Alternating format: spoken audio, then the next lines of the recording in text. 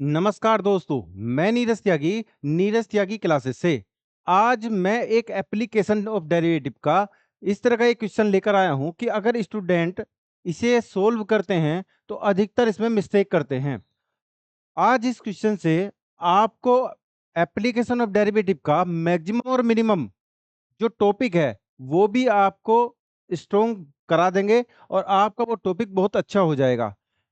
इस क्वेश्चन से आपको मैं मैक्सिमम और मिनिमम का टोटल कॉन्सेप्ट बताऊंगा और इस क्वेश्चन में आपसे आइंदा कोई आगे कोई मिस्टेक नहीं होगी। This is my guarantee. चलिए देखते हैं यहां से क्या कहा है। सबसे पहले समझ लीजिए, मैथ्स कैलकुलेशन के साथ साथ ऑब्जर्वेशन भी मैथ्स में बहुत ज्यादा इंपॉर्टेंट है। तो यहां से देखते हैं कि ऑब्जर्वेशन में क्या क्या है कि so that semi vertical angle, और सेमी वर्टिकल एंगल देखते हैं। ये वर्टेक्स है ए, ए बी सी एक कोण है, ए ये वर्टेक्स है। इस वर्टेक्स में सेमी यानी कि आधा जो एंगल है, ये एंगल ये आपको सेमी वर्टिकल एंगल कहलाता है। इसको मैंने कह दिया अल्फा, इसको मैंने क्या कहा, अल्फा। अब यहां से देखते हैं H be the height of the cone, H height of the cone है, R radius of the base of the cone and L slant height है।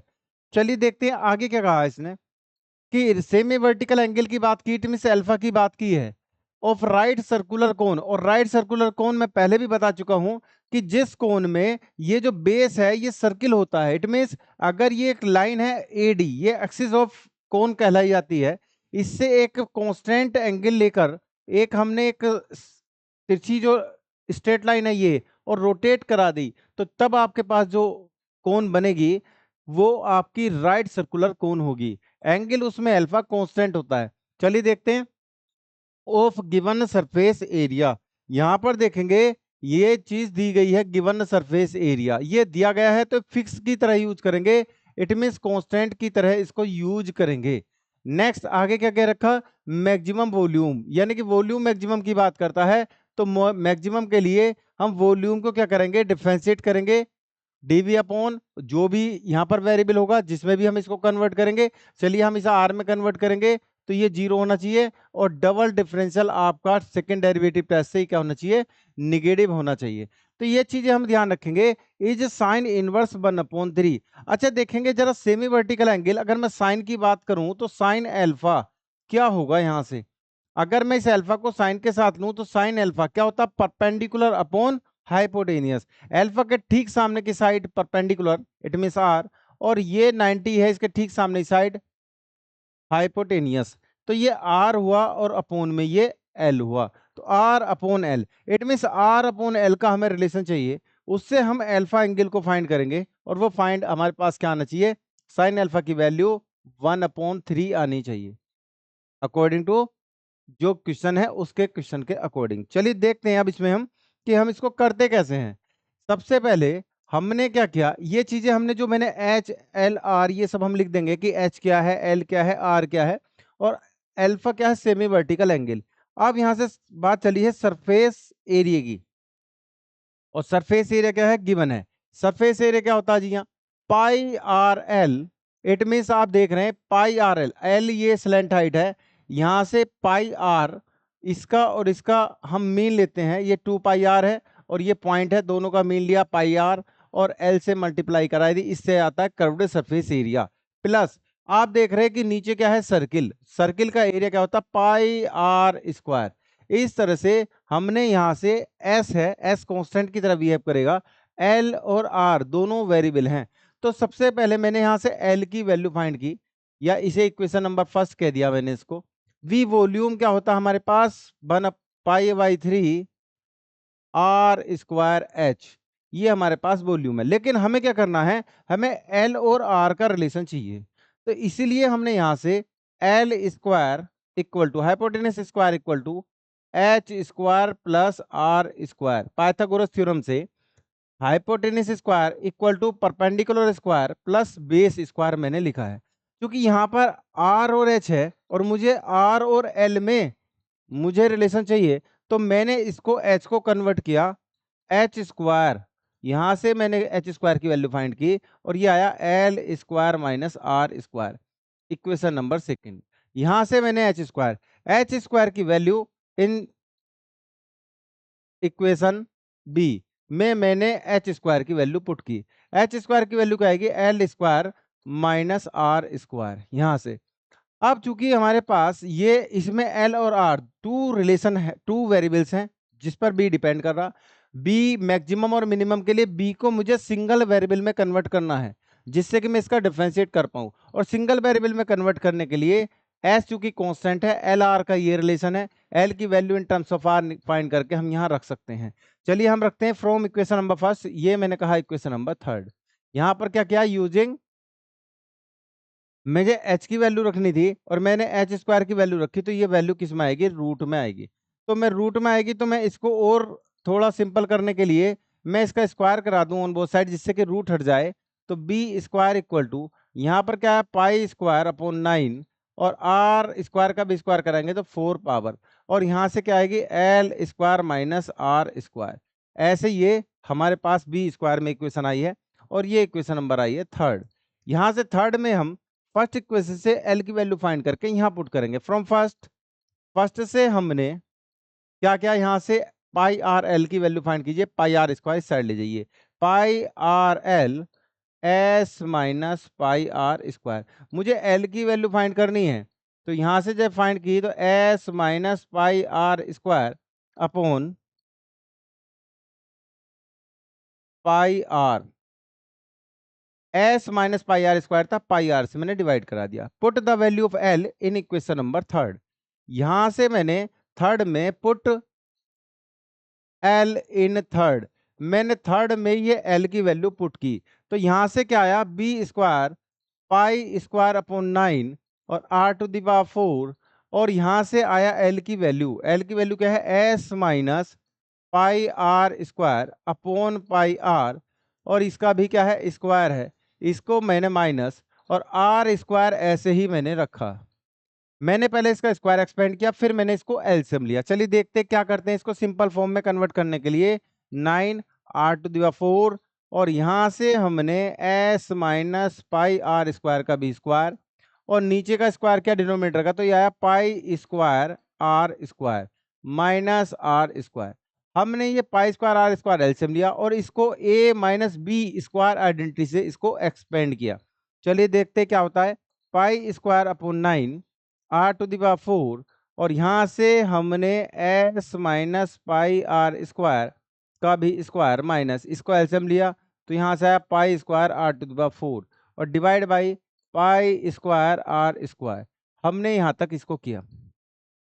अब यहाँ से जैसे ही हम इसको स्क्वायर को एक्सपेंड करेंगे, यहाँ पे पाई स्क्वायर से pi square cancel, R square से 2 पावर यहाँ लेस हो जाएंगी, तो यहाँ 2 पावर 4 है, यहाँ आर स्क्वायर है, डिवाइड करेंगे तो पावर रहेंगी 1/9 आर स्क्वायर, और ए माइनस बी के स्क्वायर से हमने इसको एक्सपेंड कराया, S square A square plus B square, तो pi square R to power 4 minus दोनों की multiply 2s pi R square और minus pi R square, minus pi square R to power 4, और यहां से ये वाली टर्म इस वाली टर्म से ये कैंसिल हो गई। फिर समझेंगे हमने क्या किया था। सबसे पहले s गिवन है, तो गिवन है तो इसको फिक्स वैल्यू की तरह हम यूज करेंगे, यानी कि इसका डिफरेंशियल क्या होगा? 0। मतलब इस क्वेश्चन में ये कहा गया है कि हमारे पास जो कोण है वो पतली हो, लंबी हो, या फिर जैसे कि फॉर एग्जांपल नेक्स्ट पेज पर चलते हैं हम, यानी कि इसमें जब भी आपके पास सरफेस एरिया गिवन होगा तो आपके पास ये कह रहा हो कि क्या आपके पास कौन लंबी और पतली होगी, या आपके पास कौन छोटी या मोटी होगी, या फिर इसके बीच में कोई कौन होगी। क्योंकि ये एक सरफेस एरिया गिवन है, टोटल सरफेस एरिया जिसमें बेस और ये गिवन है, ना हाइट गिवन है, ना एच गिवन है, ना स्लैंट हाइट गिवन है। तो वो पूछ रहा है कि सेमी वर्टिकल एंगल क्या रखें, यानी कि इसका एंगल हाफ का, इसका ये एंगल हाफ में क्या रखें, जिससे कि हमारे पास जो कोण हो उसका जो वॉल्यूम हो वो मैक्सिमम हो। ये इसकी बात कर रहा है। चलिए देखते हैं। अब हम इससे आगे चलते हैं। यहां से हमने बी स्क्वायर फाइंड कराया और ये बी स्क्वायर जो फाइंड हुआ है 1/9 R square S square minus 2s pi R square. फिर समझेंगे B square equal to 1/9 R square, यहाँ S square minus 2 pi S और आर स्क्वायर। एक बार देख लेंगे।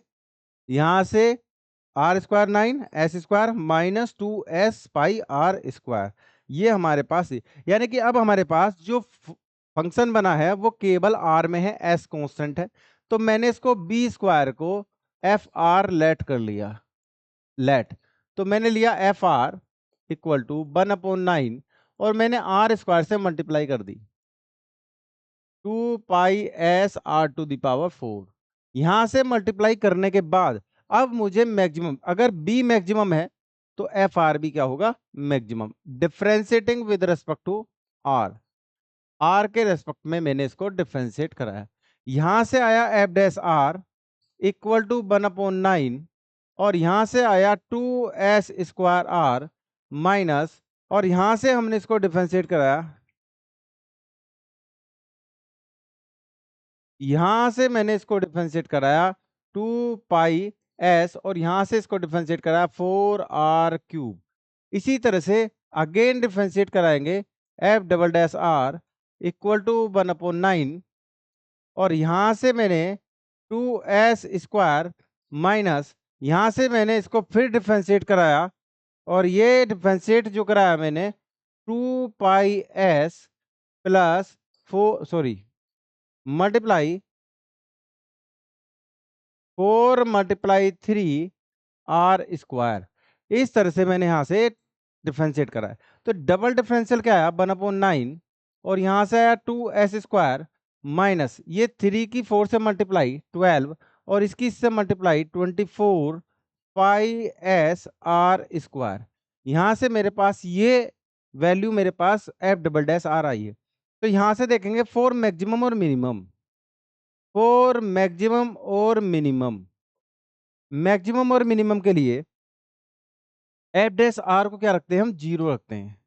क्या रखते हैं, F dash R equal to zero. जैसे ही हमने जीरो रखा तो यहां 1/9 और यहां से आया 2s² R minus 2 pi s multiply 4r³ equal to zero.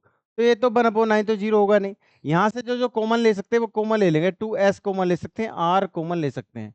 तो यहां से आया s माइनस ये 2 कॉमन ले लिया, s कॉमन ले लिया और एक r कॉमन ले लिया, तो यहां से बचा 4, यहां से बचा पाई और यहां से बचा r² इक्वल टू जीरो। तो ना तो s जीरो हो सकता सरफेस एरिया, ना r जीरो हो सकता क्योंकि रेडियस है कोन की, अगर कोन की रेडियस ही नहीं रही तो r जीरो हो जाएगा, तो कोन ही नहीं रहेगी। तो इसके इट मीन्स ये जो ब्रैकेट है यानी कि ये s minus 4 pi r² equal to zero. It means s equal to क्या है, 4 पाई r²। ये हमारा s इक्वल टू आया, तो यानी कि r² की वैल्यू हमारे पास जो आई है s/4 पाई। तो यहां से हमने डबल डिफरेंशिएट देखा कि डबल डिफरेंशिएट r² पर निगेटिव आएगा या पॉजिटिव। तो एफ डबल डैश आर, जैसे ही मैंने ये देखा तो यहां से 2 कॉमन आ चुका है आपका, तो यानी कि 2/9 और यहां से s भी कॉमन आ चुका है, एक s कॉमन ले लेंगे, ये s कॉमन आ गया, ये आ गया s।